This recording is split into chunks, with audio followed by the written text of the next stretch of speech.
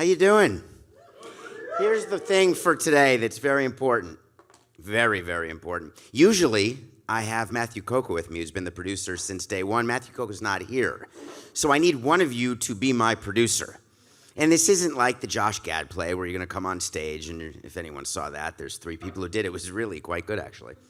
And so I need one of you to help me, because during the taping of a show, we're actually going to tape a show right now. And the show is going to get released this weekend. So you're a part of the show, but you can be quiet, you can be happy, you can laugh, you can walk out, you can clap, you can do anything you want. I'm personally very thankful you're here to watch us do an actual episode of Nothing Personal, a show that we've been doing for 4 years now. And we just started doing live shows. This is only my 3rd live show.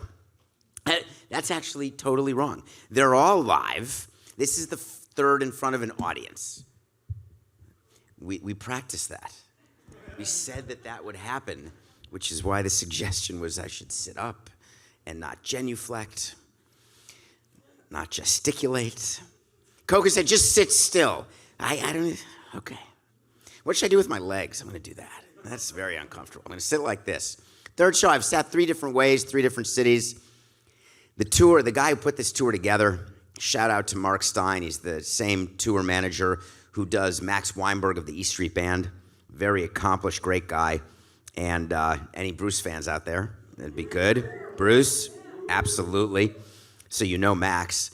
And Mark had a few words of advice for me, and I haven't followed any of them. So the first thing he said is make sure that you are completely prepared. And I said, you obviously don't watch our show. Our show is without a teleprompter. It is every day 50 minutes. And we talk about sports, we talk about business, we talk about entertainment. And Coca is the one who helps guide me because I forget what I'm talking about because there's no prompter.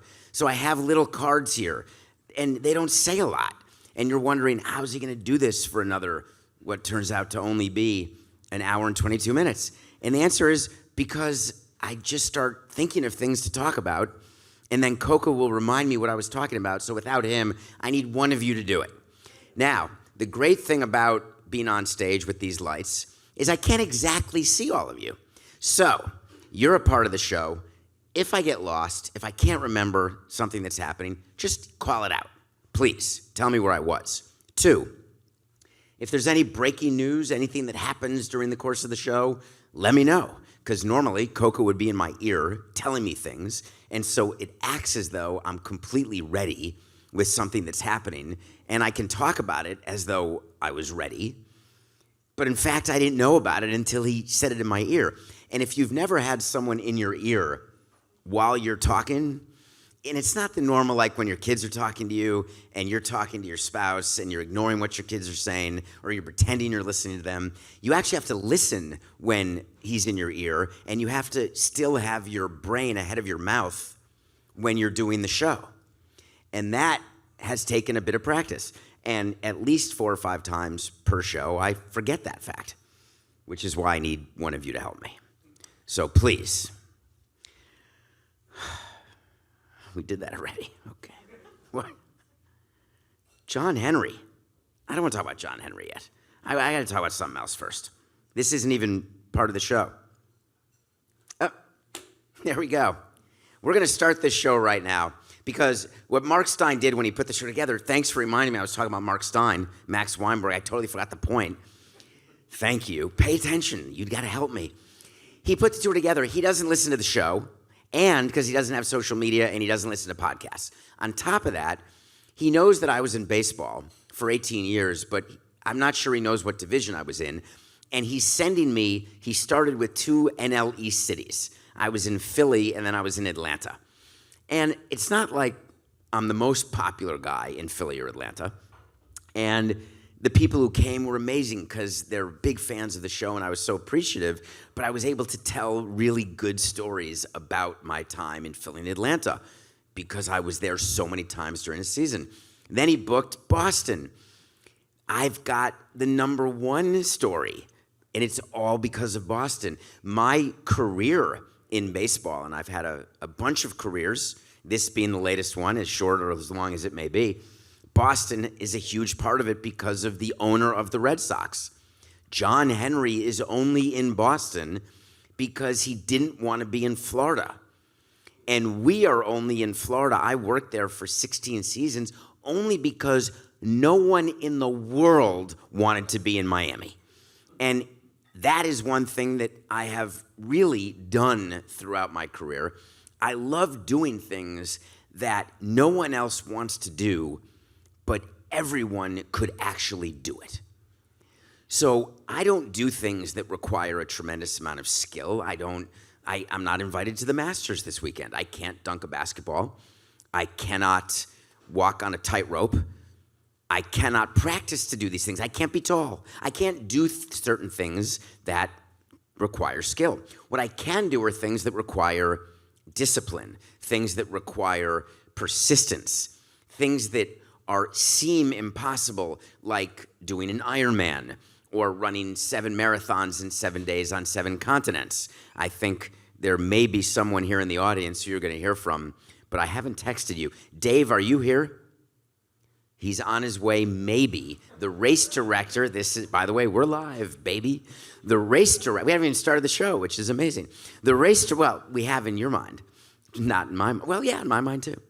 Officially, when we do the word of the night, that's the start of the show, you'll know. Dave McGillivray is the race director for Boston, and the Boston Marathon is coming this Monday. And he and I have run around the world together, and I've run Boston with him. And anyone can run a marathon. Most people choose not to, but you could. You just have to have the discipline to go train. Any sort of athletic thing I've ever done, any business I did, delivering newspapers in Europe, it didn't take a genius to do it.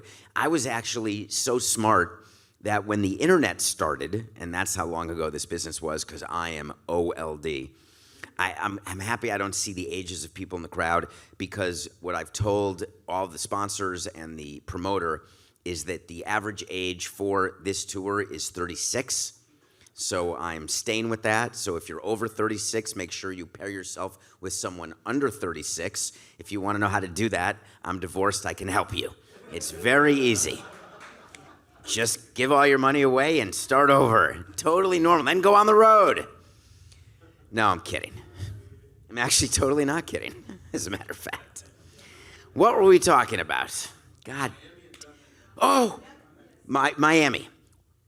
Do you know when I got to Montreal, started with the Expos in 1999, the reason why I got a job in Montreal is the owner of the Expos was selling, and no one wanted to buy the Expos. So Jeffrey Loria, who was my stepfather at the time, said, "Hey, any interest in nepotism?" I said, "Yeah, what do you got?"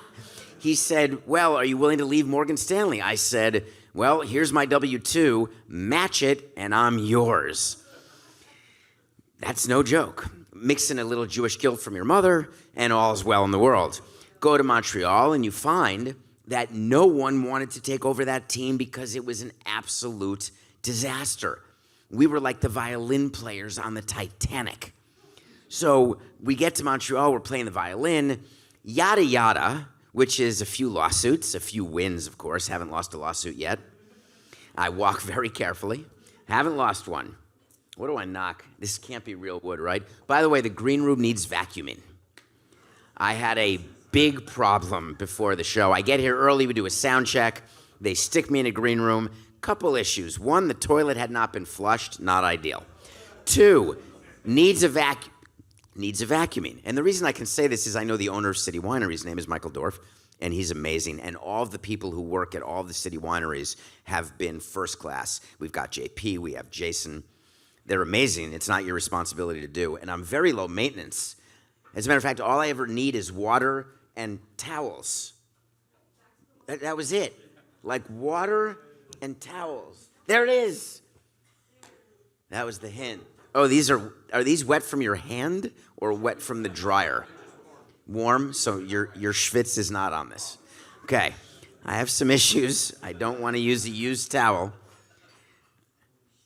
Can't smell it either. COVID. Lost my taste and smell 3 years ago. Not ideal. Not ideal at all. Although, earlier today, it was very ideal. So, I'm in the green room and I don't need anything. I need water and Kleenex and whatever. I listen to music and I prepare for shows. I have another live show for Nothing Personal tomorrow at 8 a.m.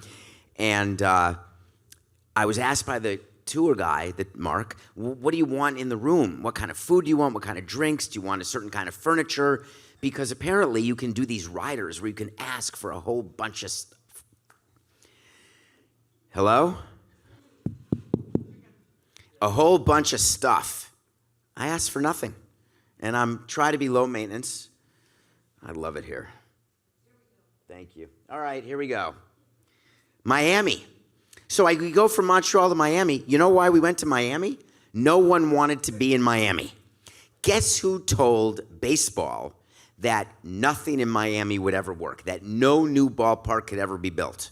Larry Lucchino.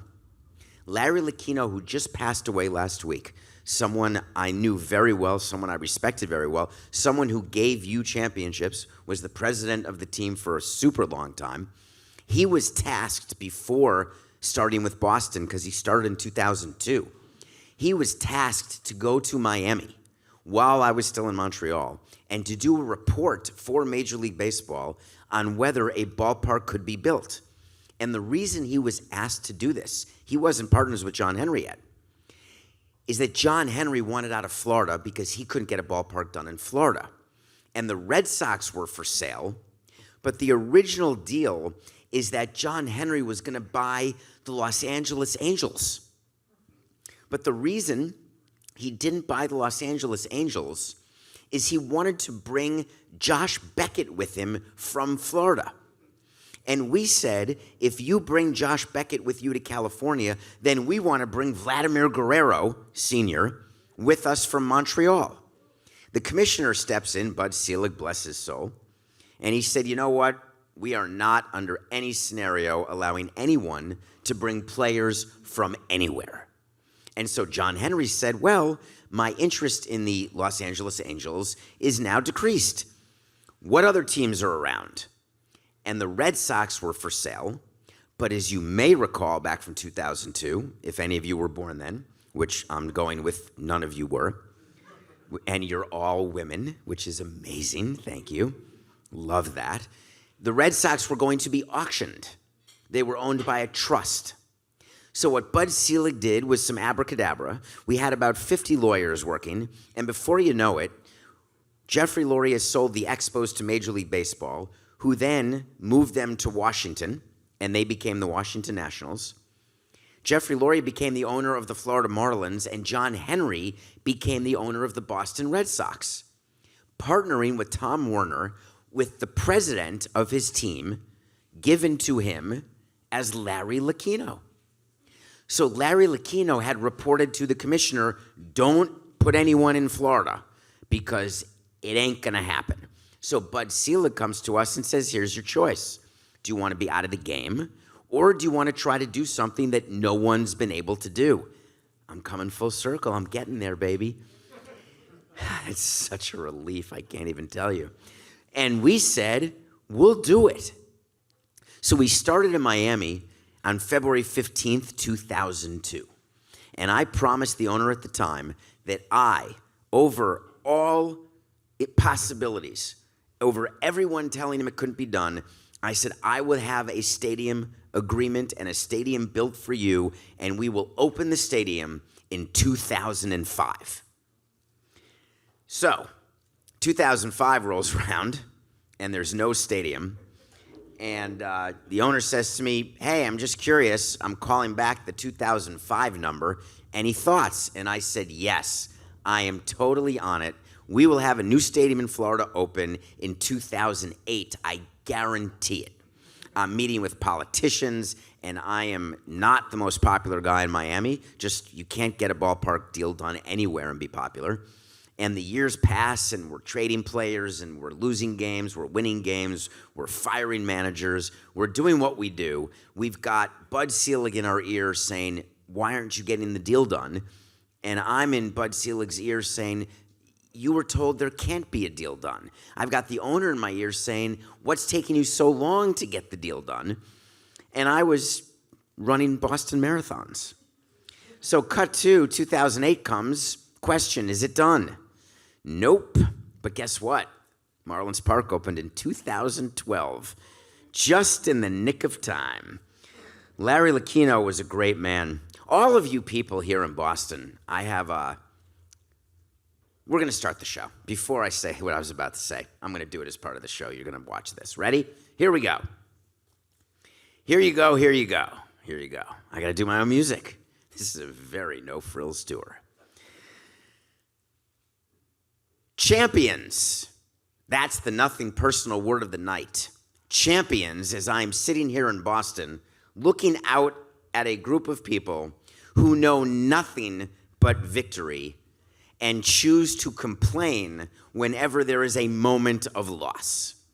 And I have not been able to figure out what it is, and I have been coming to Boston for decades.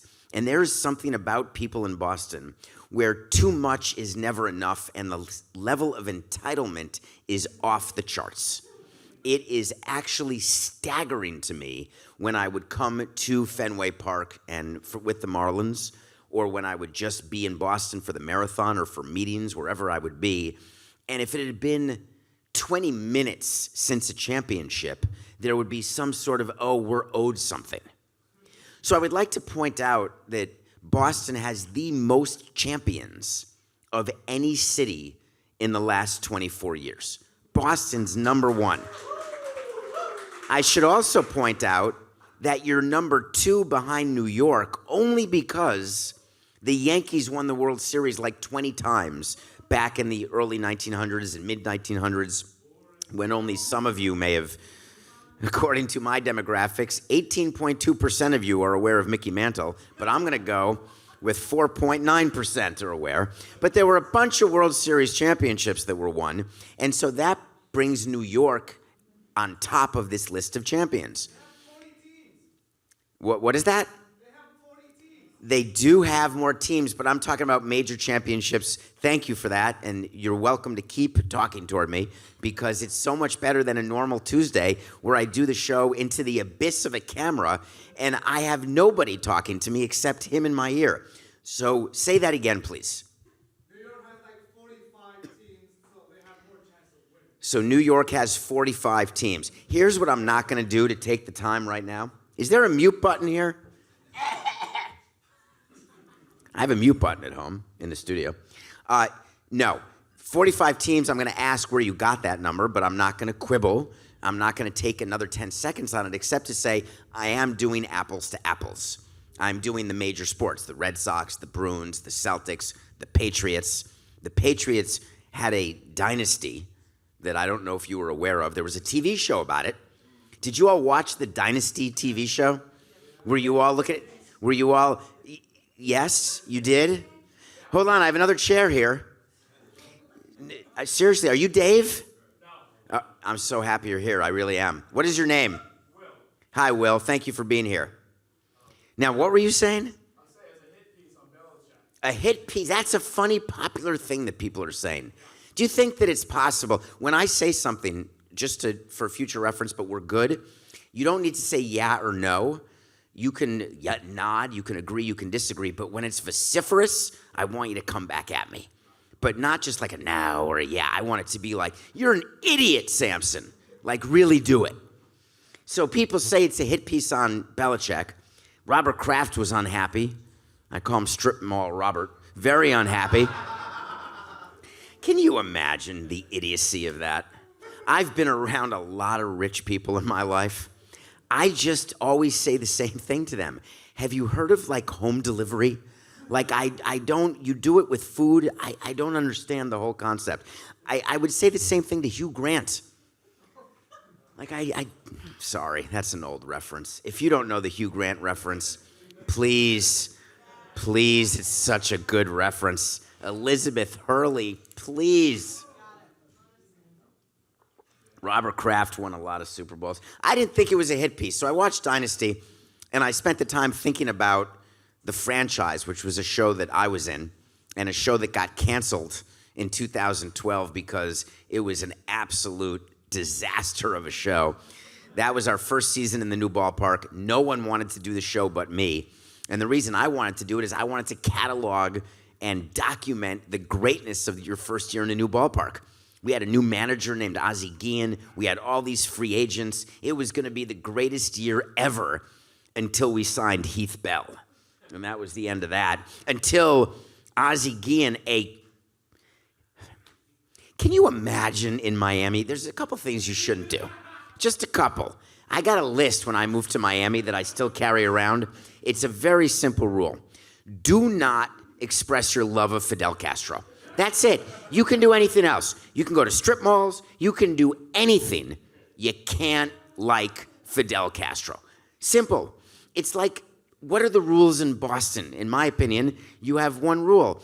You can't love Magic more than Larry. It seems like a normal rule that Bostonians have. You can't love the Yankees. That seems like a normal rule. Ozzie Guillen, our manager that year, violated the rule, and the cameras were there to capture in real time what we did to Ozzie Guillen. And what you saw, if you go back and look at the franchise, we did everything live. When you look at other shows and other teams like Hard Knocks or Franchise that was done by Showtime with other teams, or you look at a documentary like Dynasty, don't get me started on The Last Dance, which is a great documentary, but make no mistake, edited, not live.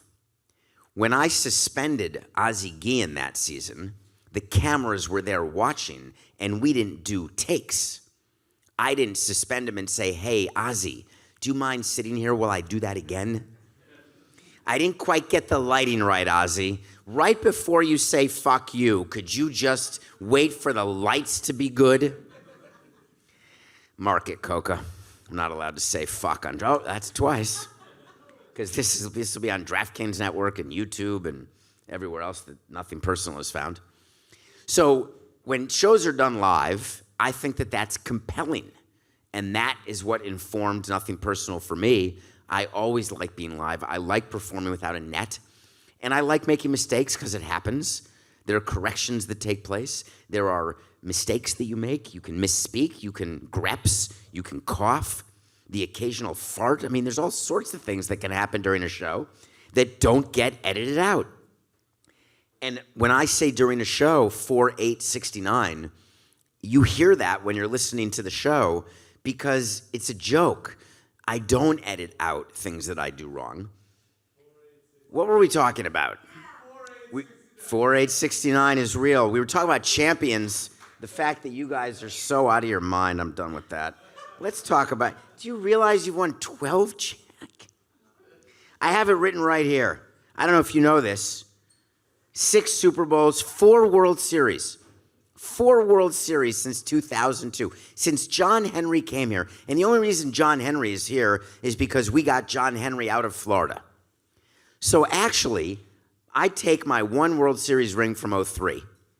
I would like your 4 World Series rings to wear on my other hand. Because you wouldn't have them but for John Henry, yet for some reason, he is the butt of all of your anger.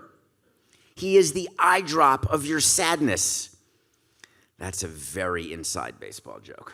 He uses eye drops. Eye drops, you know how I know that? When we did the deal to get the Red Sox, to get the Marlins from John Henry, he had this thing that he would drive back and forth to Pro Player Stadium where the Dolphins play. He had a bus, like a motor coach, like a tour bus, and he would get driven back and forth from his house in Boca to the stadium and back. He wouldn't helicopter. He would take this motor coach, and it was his love. He'd take it to spring training. He liked it more than his family. And the only reason I know that is that during the negotiation, he offered up like his family before the motor coach. He would not sell the motor coach to us. And we're negotiating this deal, trying to get the deal done in 2002. And I was on the phone with him, and I said, you know, there is no deal unless we get your motor coach. And John Henry said, well, I guess there's no deal. You're never getting the motor coach. And I said, John, no problem. And I let it be for like an hour, and then another hour. Then I get a call.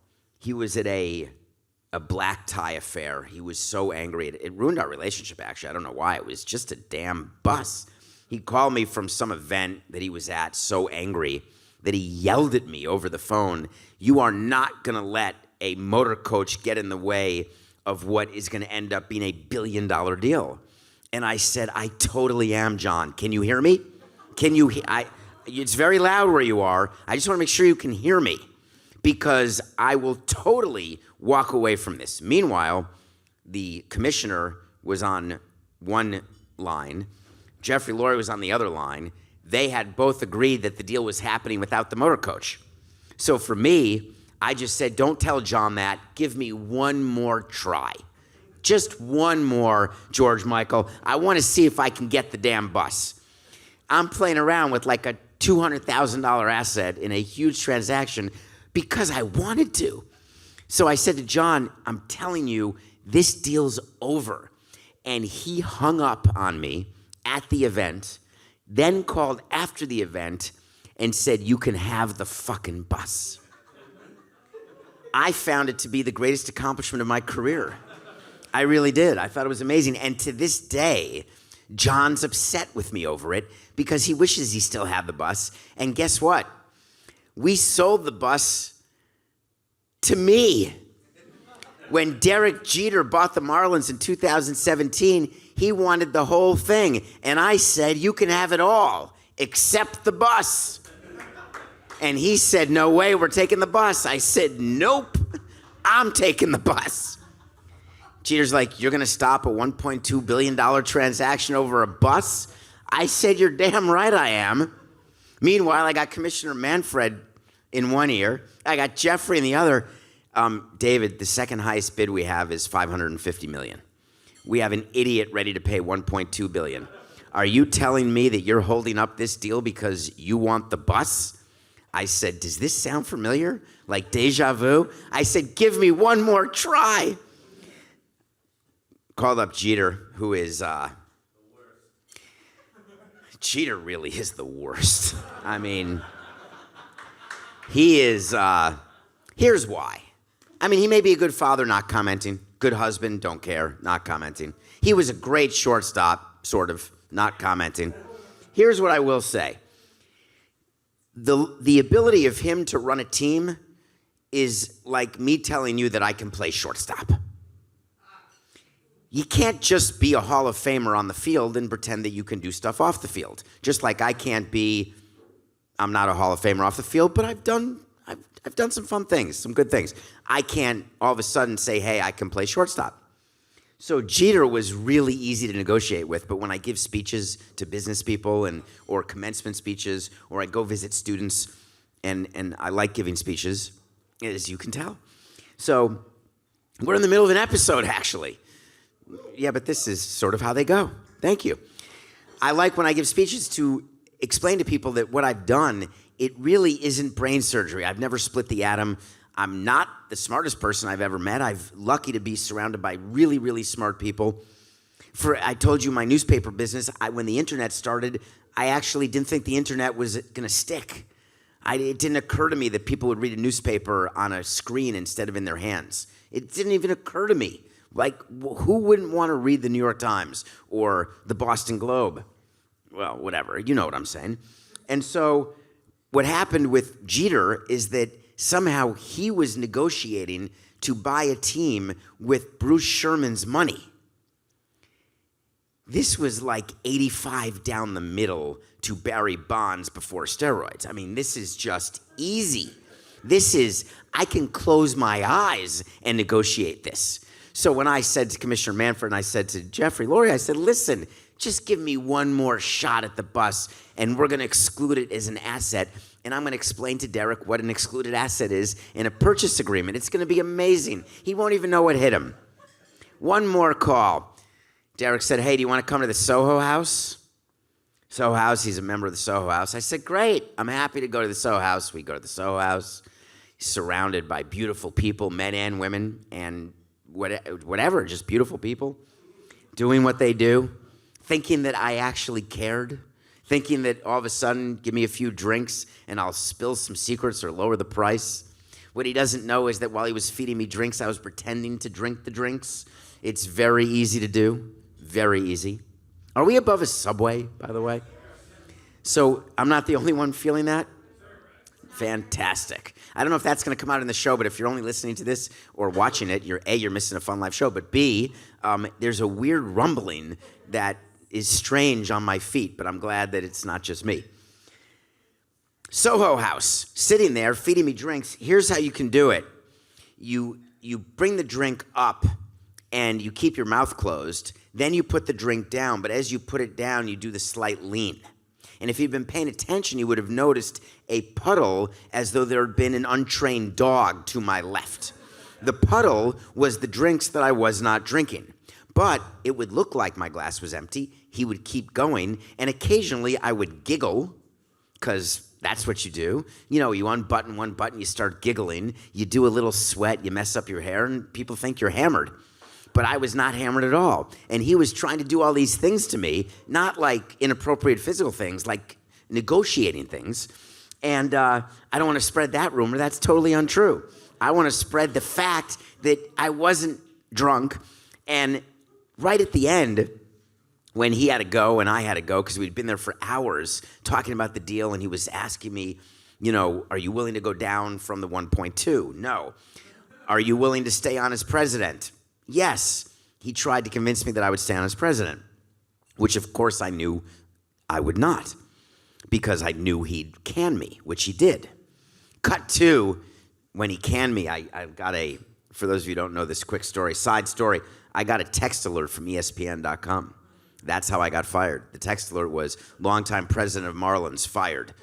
And so I got that, and I called Derek, because it was a day after the transaction had closed, a day after we had kept the bus. And I said, hey, Derek, am I fired? And he said, oh, I forgot to call you. But you called ESPN? Like, what? They have it? Oh, yeah, sorry. So I did my little Snoopy dance. And I said, here's another thing you may not have realized.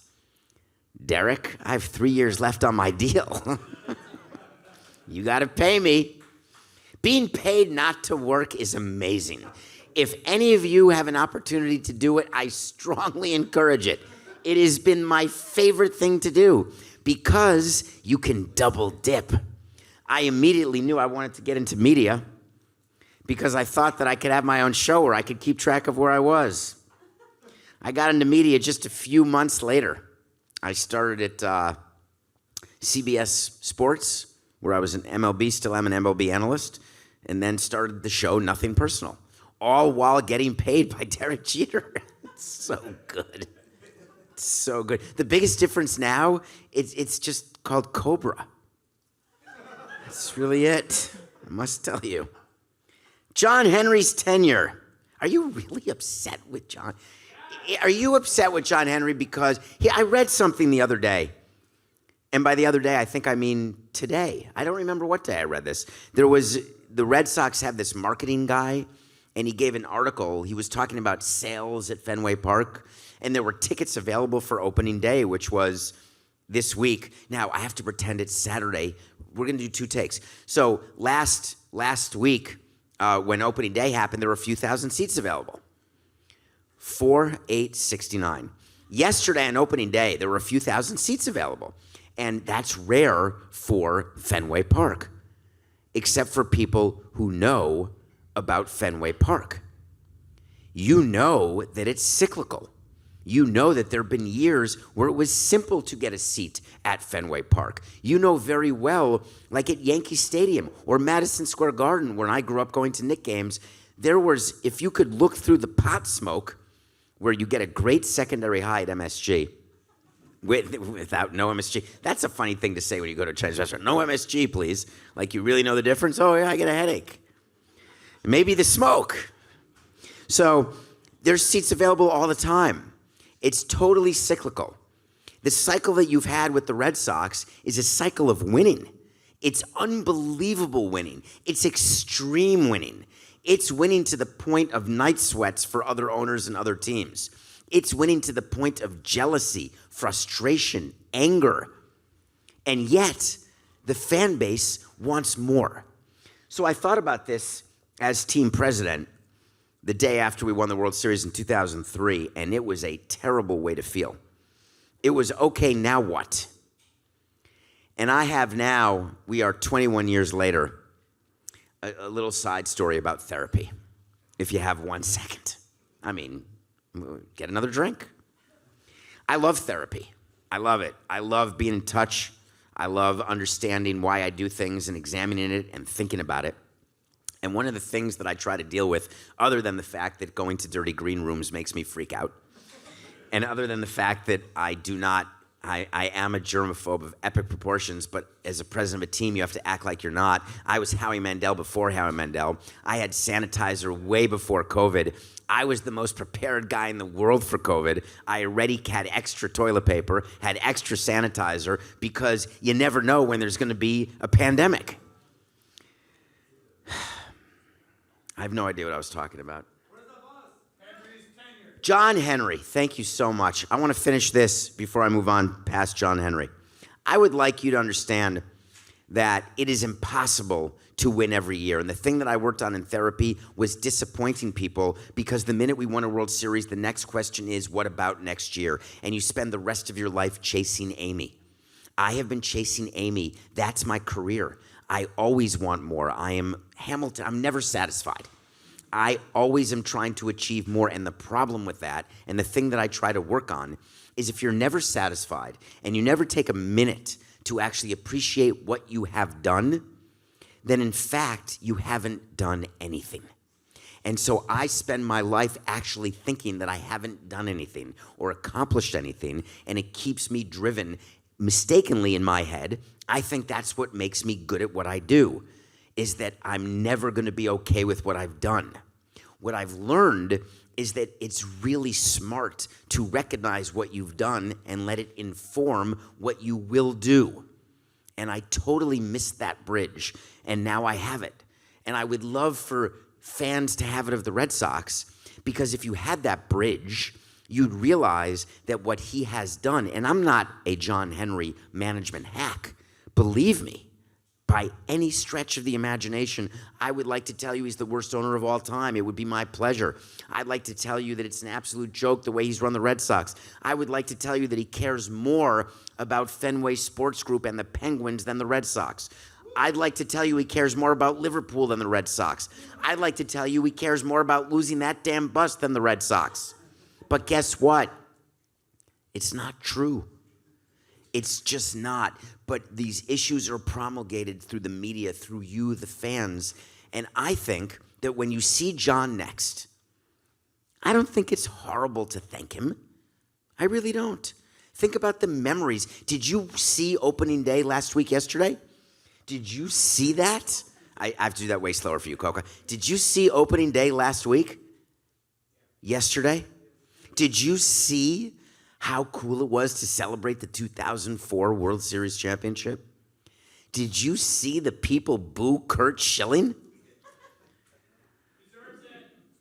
Yeah, but we come in last like the past 4 out of 5 years. So, David, I'm a Pirates fan. What do I have to deal with? lots of bad stuff. Come to the Pittsburgh show and you'll hear me talk about Bob Nutting. It may be slightly different because Bob Nutting happens to be ringless. John Henry is not ringless. Now, last place for the last 5 years. That's terrible. Except change your horizon. Have you ever thought about the reality that what brings you unhappiness is simply perspective? And all you have to do is change your perspective. And all of a sudden the math would be, wow, 4 World Series in 20 years. That's 25% of the years we've won a World Series, where you're really supposed to, according to the math, win once every 30 years. When Bud Selig handed the trophy to Jeffrey Loria in 2003, he had owned a team and been a part of ownership for decades. Ringless. Never had a trophy. It's just perspective. So I do appreciate that they've finished last place for the last 5 years. I really do. Would you pay a player based on perspective? So the question being asked, this is great. Let me do this. This is interesting. Is Dave here yet? Dave, the lights are so strong. Okay, we are 5 minutes from bringing you up, so get ready, have some water, because I've got some serious stuff to talk to you about. There's alcohol here. It's City Winery. So I think they may have other alcohol. I didn't even ask for alcohol in the green room. What a mistake. I've never done a show having had alcohol. Ever. Only water. I drink water. I'm not saying no to would I ever, because here's another one of my philosophies that's come to me through great amounts of therapy. Never say never. It is the silliest word you could ever say. To shut yourself out from a possibility is absurd. You're basically closing an entire potential road that could lead to unbelievable happiness or prosperity or fun or craziness. So there are empty seats at Fenway Park. I don't want to talk about it anymore. I do have a wait to see. Wait to see is when I tell you something's going to happen. If it does, great. If it doesn't, great. I revisit wait to sees. I'm not a big fan of the windbags that are sports media today, who just have takes and then don't revisit them. They don't care. They're not even passionate about it. They don't know about it. They just think it's good for clicks. I'm not a fan of that. If I tell you something, I mean it. And here's the thing. When I'm wrong about it, I'll revisit it. So I will revisit this. Wait to see Alex Cora. He's the manager of the Red Sox. He will not be the manager of the Red Sox at the end of 2025. Wait to see. It may not, is that you, Alex? You're at the ballpark. But it may not be true, but it is a wait to see, and I'll tell you why I think it. Just not today. Don't need to tell you. My show. I would like to. All that matters is I think it. I want to introduce somebody. At 8:17, I told them it would be 8 o'clock. I'm 17 minutes late because you got me distracted by the So You Want to Talk to Samson questions, which are when the audience gets to me on Twitter at David P. Samson or on the website, davidsamsonpodcast.com. You can ask questions. Come to a live show. We'll be in Boston. Oh, we are in Boston. We will be in Nashville and Pittsburgh and New York City over the next few weeks. Nashville's on Monday.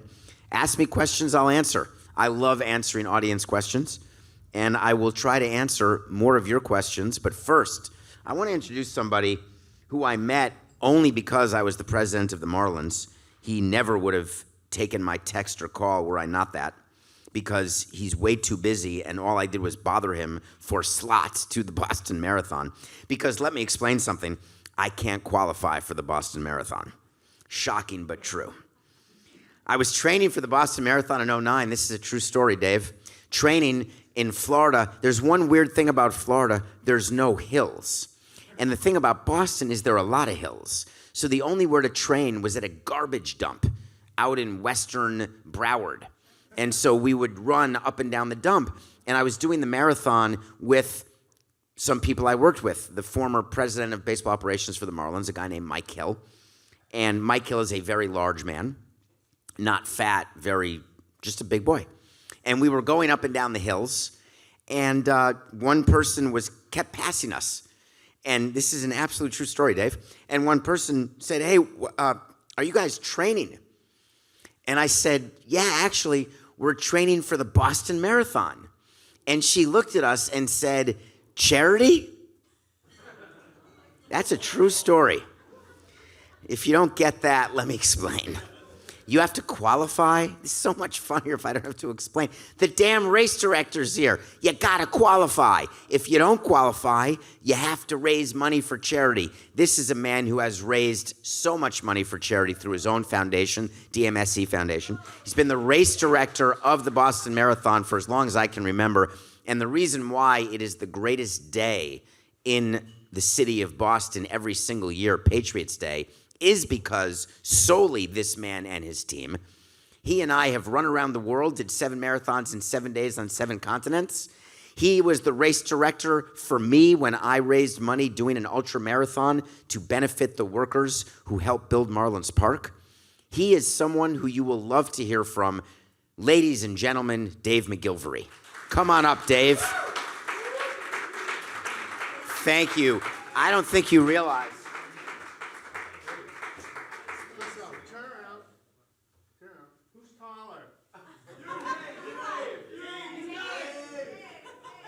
That's good. All right. We're off on the right foot, Dave. I love your audience. Why are you making short jokes? because that's all I ever do. But don't you do that when you're around taller people? So what's going on? How are you? Here's the thing about this. We got a race to put on in a few Completely days. unrehearsed. He agreed to do this with the Boston Marathon being Monday. So I want to start, A, by thanking you. I love you. You know that, and I'm Same. appreciative. What is your biggest concern as you sit here at 8:21 p.m. on a Wednesday, 5 days before the marathon? It's always the same thing. It's weather, the weather, and it looks like it could be a warm day. And none of the participants, at least who live around here, are acclimated to warmer temperatures that we might see on Monday. It could actually get up into the 70s, which means our medical team will be extremely busy. So there's a rule that you should tell people for every degree above or below 55. That's mine, 55. That's what's the actual rule then? Or is that the rule? I don't know any actual rule. I know my own. And What it's is your 55. exact rule? My rule is that for every degree above 55, I'm going to minimally go a minute slower. That's Per mile. Per mile. So think about that. If your marathon goal is 3 hours, it will become 3 hours and 20 minutes or something, 3 hours and 26 minutes. Yeah. Well, 10 minute would be that. But so when it's hot, the reason the medical team is that people don't regulate properly, they don't drink properly. Mm-hmm.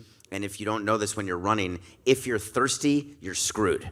You've totally missed the boat. You have to drink way before you're thirsty. In 2012, the temperature was 89 degrees. I get up on the starter's platform, and I looked at the 30,000 runners, and I said, listen, we're a team. There's you and there's us. There's 30,000 of you. There's only a handful of us. We can't take care of all of you. We can't fit 30,000 people in the medical tent. You have to, you must take personal responsibility. That's the only way we as a group are going to get through this event. We treated 2,200 runners. We transported 250 to area hospitals. I mean, there was some significant carnage that day. Did you give thought to canceling? You're always on that bubble. The hardest part of my job is go or no go. And the toughest part is if you say go, then it's on your watch. And if you say no go, they're probably going to get out there and run anyways without any services, and they're going to get in worse trouble. So it's the only time we've ever really canceled it, obviously, is during the pandemic. Well, there was the other, with the bombing, the race didn't finish. Well, yeah, but we started the race, right. And we didn't. I never know if I can talk to you about that. And yeah. I'm in Boston, and I don't want to do anything to offend anybody, but I do want to say that I was in Marlins Park, and we were watching the marathon. We didn't run it that year. And if you don't know, many, many heroes that day. Dave McGillivray was in charge of that race and was the one who had to deal as the point person for everything that went on. And he won't talk about it much. He doesn't talk about himself much at all. He forces other people to, which, of course, I'm happy to do.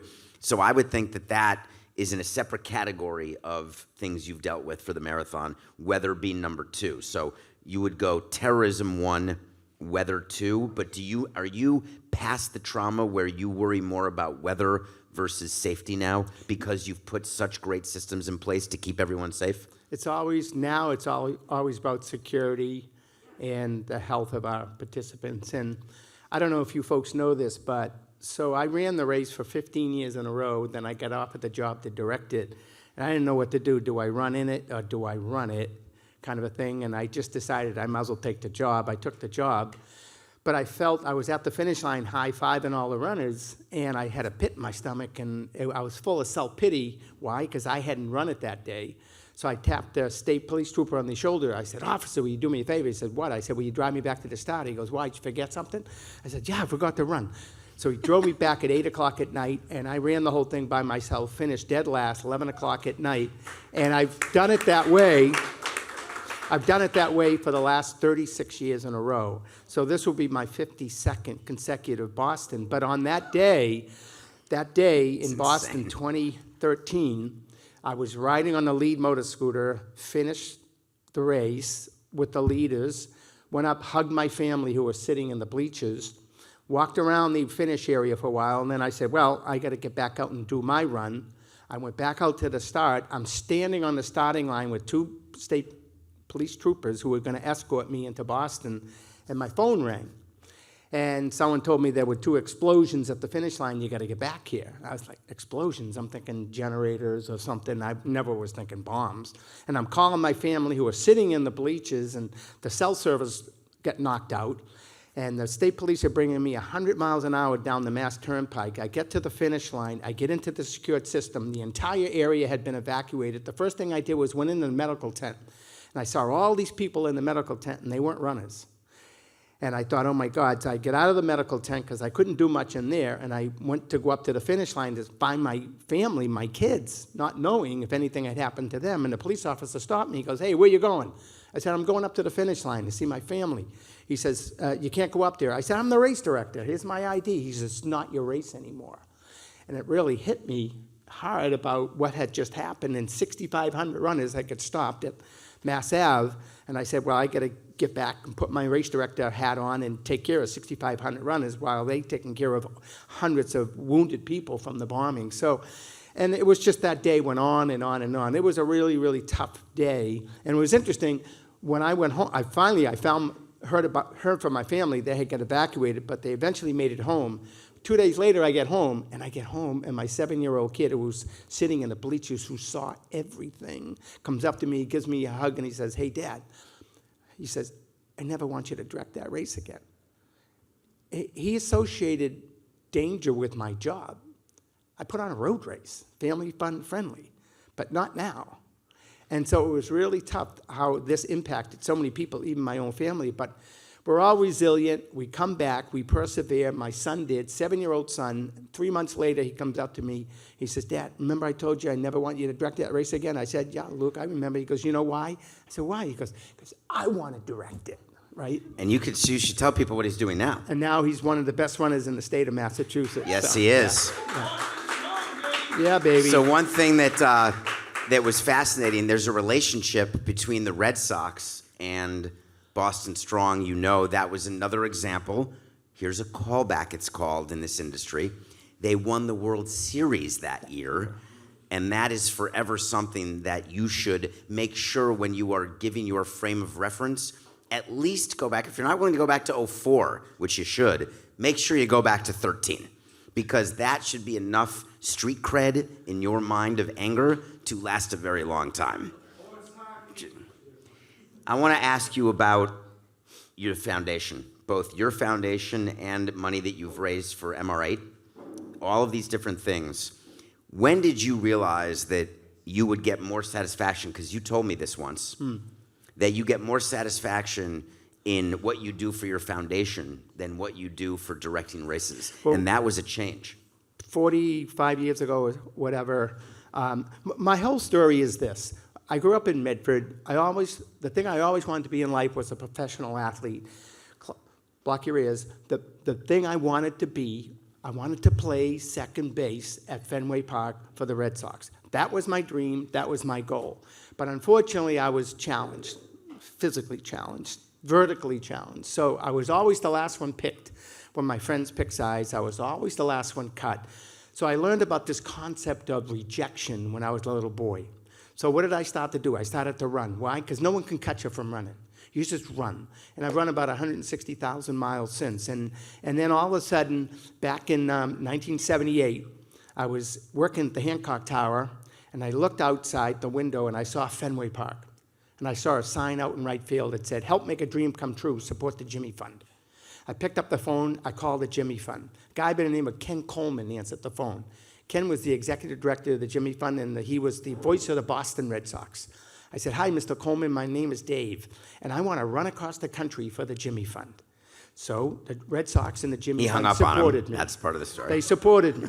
So I started in the Kingdome in Seattle, ran a ceremonial loop, went down to Medford, Oregon, ran to Medford, Massachusetts, 3,452 miles in 80 days, averaging 50 miles every single day, and I finished on August 29, 1978, in Fenway Park, in front of 32,000 people. And if I can't, I said to myself, that's the day I felt I became the athlete I always wanted to be, because if I wasn't going to play in Fenway, I'm going to run in Fenway.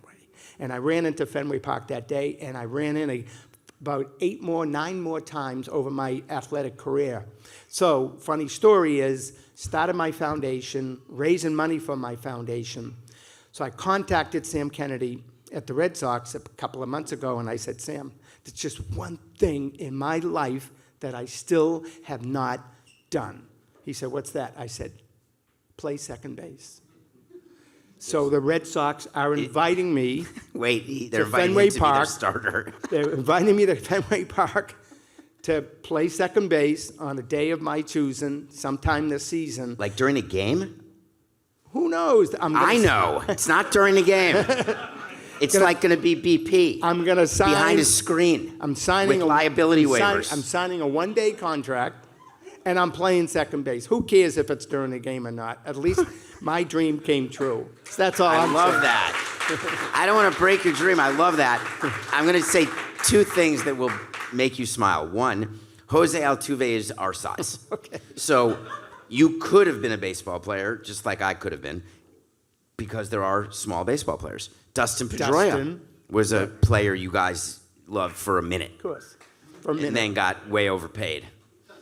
A lot of players get overpaid. The second thing is that you downplayed a little. You blew through that. It's going to be really good for the audience. I think you caught 60% of that. Dave is rushing out to keep directing the race. But he just mentioned you ran across the country. So he's done that. But he didn't mention the other things that he's done. He just gave you a number. And I believe the number you said was 160,000.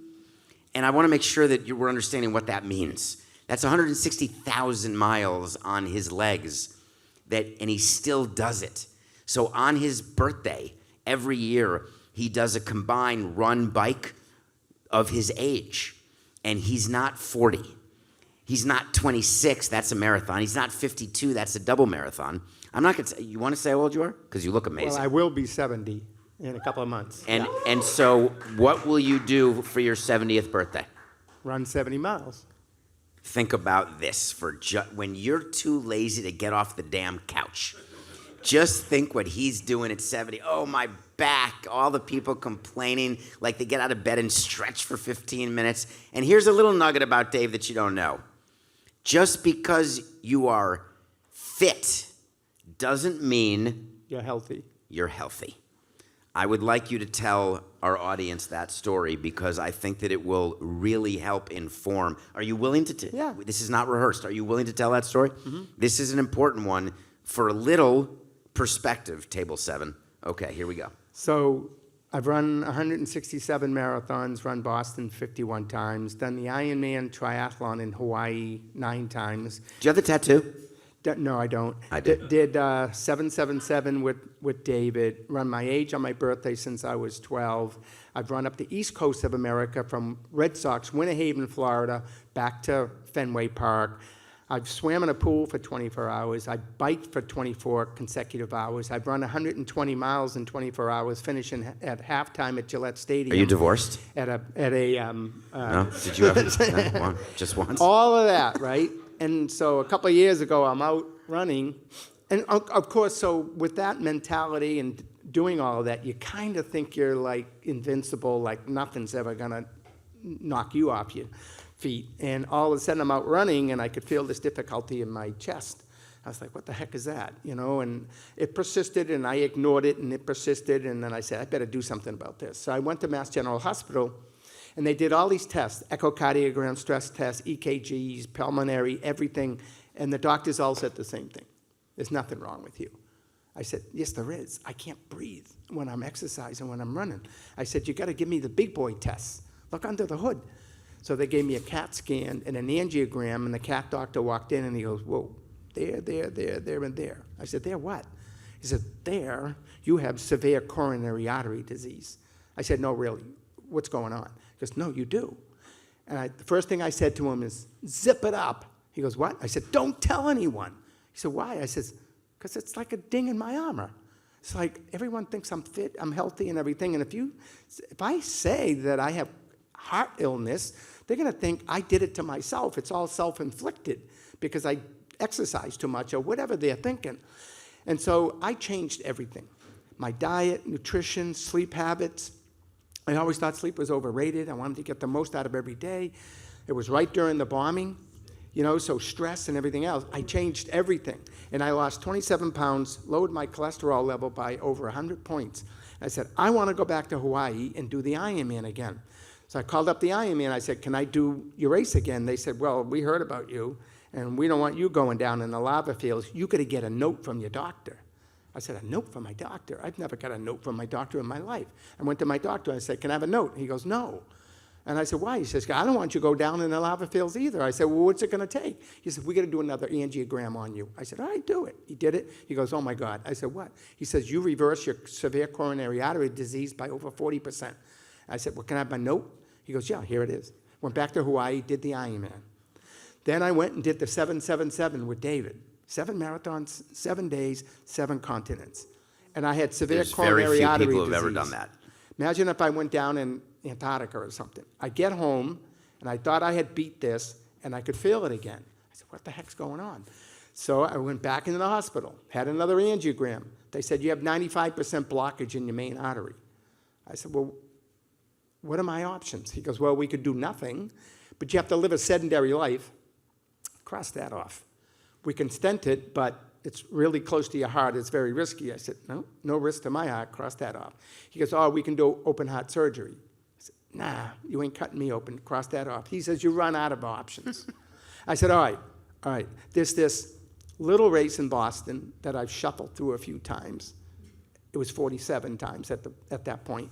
I said, what do you think if you do the surgery? It's in 6 months. And he gave me the best possible answer. He didn't say, yes, I think you can do it, or no, I don't think you can. He said, I'd be extremely disappointed if you couldn't do it. So he gave me that 4-letter word, hope. Hope, which is what we all need these days, right? I said, all right, go ahead. And I had open heart triple bypass surgery in October of 2018. And then all of a sudden, I started training a little bit, recovery. 6 months later, I ran my 47th Boston Marathon. And we crossed the finish line together. He ran it with me. I ran with him. Yeah.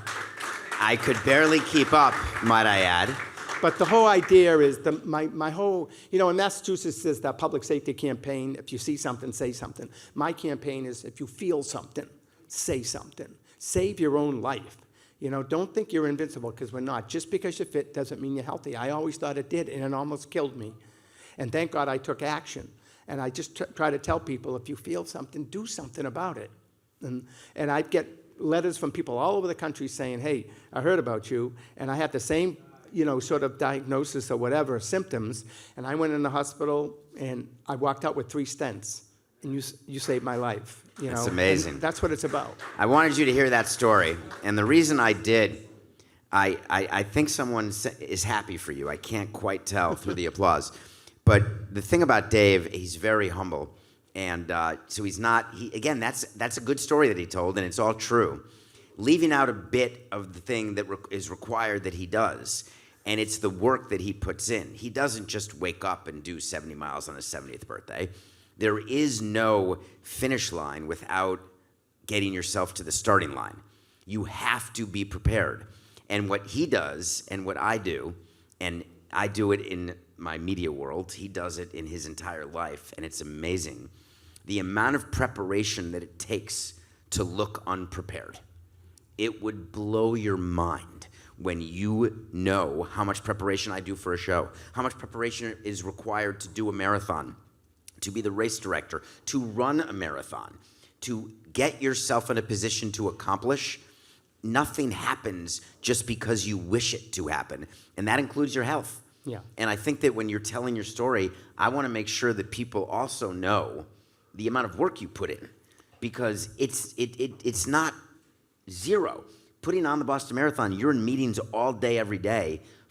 It takes 8 months, and then the last 4 months, it's crazy. The last month, forget about it. The last week, I assume you're going from here back to work. Yeah. So just my last story, when I ran my first Boston, I was a senior in high school, and I was 17 years old. And I woke up Patriots Day, and I said to myself, I want to go run that race. So I called up my grandfather, who was a supporter of my athleticism. He lived in Brighton. And I said, Grandpa, I'm going to go run that race in Boston. He goes, oh, they call that the Boston Marathon. I said, well, that's a good name for it. I'm going to go run it. So he said, okay, I'll meet you at Coolidge Corner. I said, great. Where's that? He goes, 24 miles. He lived right near there. I said, okay, deal. My brother drives me to the start.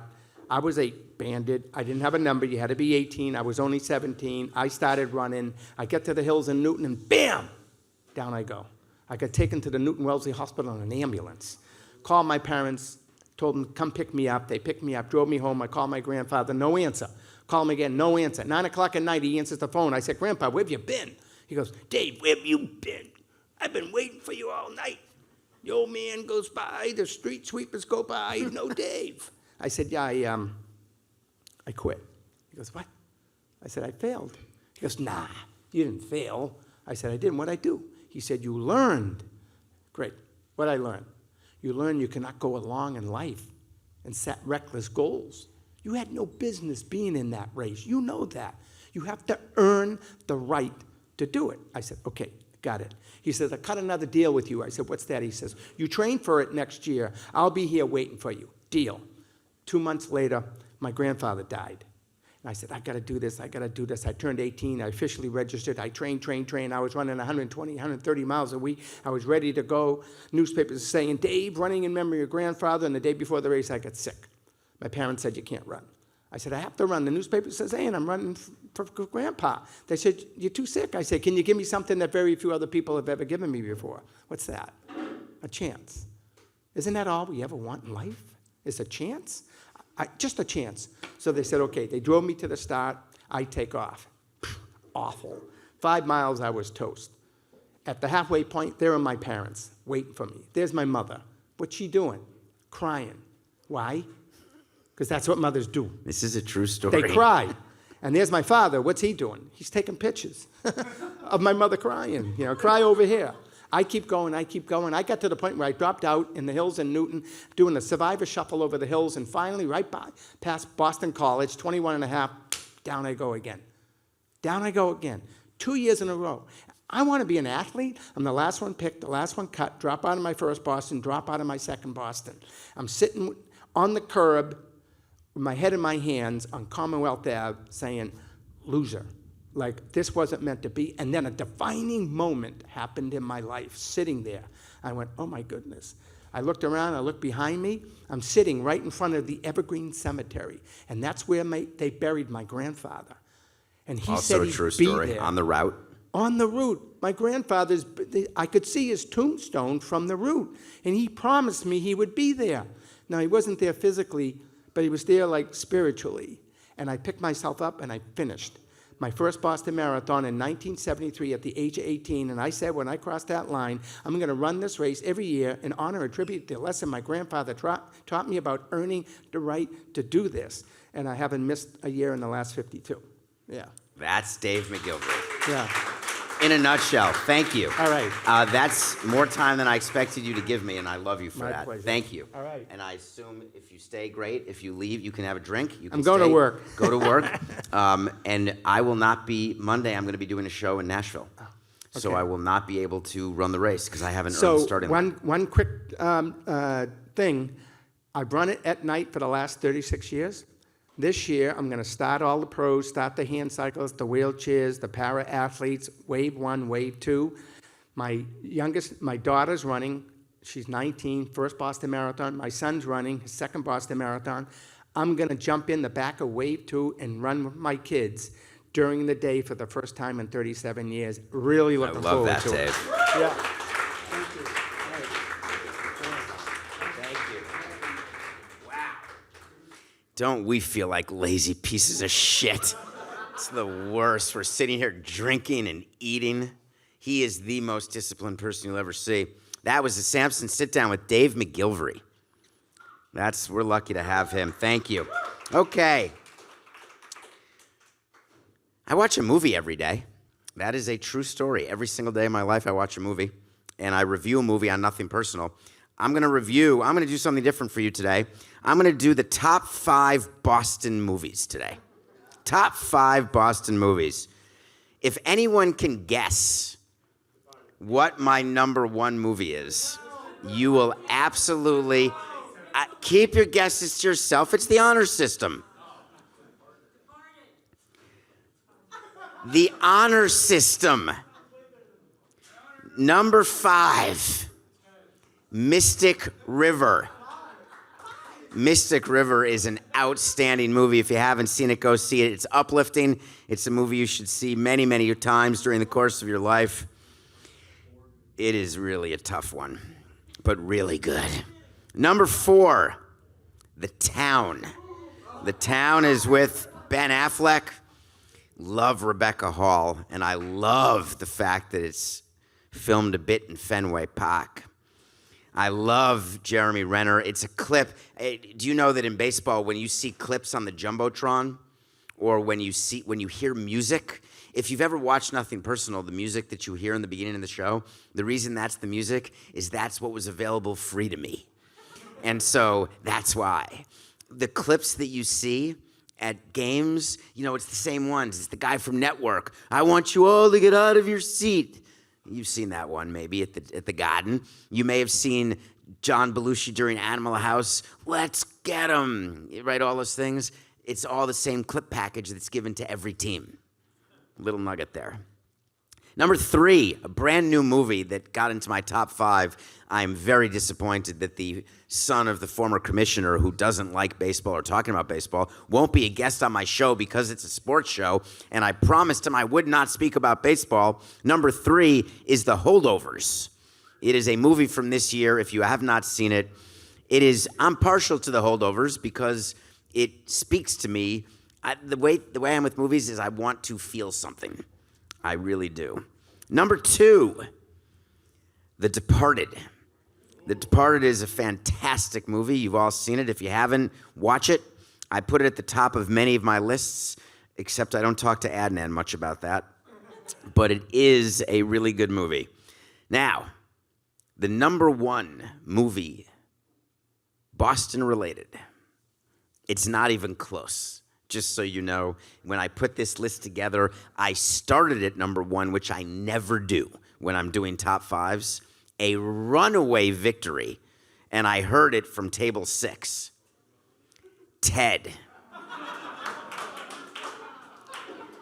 That is, if anyone who thinks they know me, you don't. If you think you do, you don't.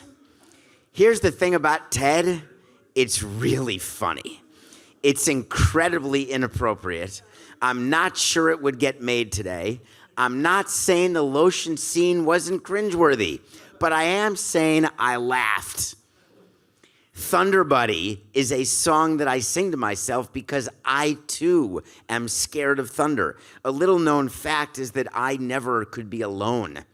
I would get connecting rooms when I was in baseball with another executive, and I would make sure the connecting room wasn't locked. I slept with all lights on. College, law school, marriage. I needed lights. I could never be alone. And that was a couple of years I had to deal with that, like 30 years. So I would sing the Thunder Buddy song to myself because at the time I was still scared of thunder and I didn't have a buddy. Because anyone who I wanted to be my buddy thought that it was a little weird that I was singing about Thunder Buddies and scared of thunder. So I never was able to get cured, and now I am. Ted, the runaway winner. Thank you. Okay. I want to talk about a subject before we talk about anything else Boston related. Something happened in the past days and weeks that is a topic, nothing personal. It's jocular, it's entertainment, there's sports, there's politics, there is culture. And one of the things is I don't want you to have my opinion, I want you to have yours. So I'll present an issue in front of the Supreme Court. I'll present an issue that is facing our country.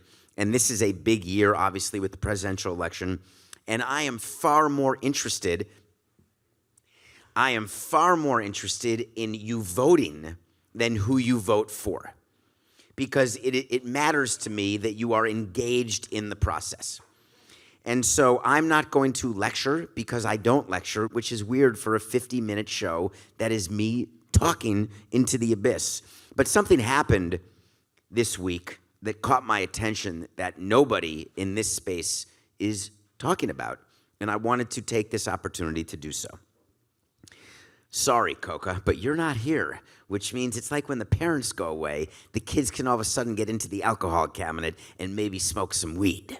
So this is my version of that, which shows you I'm not all that much fun to hang out with after the show, and my green room had no one in it. In addition to the furniture and the alcohol, hey, are there groupies with you, he said.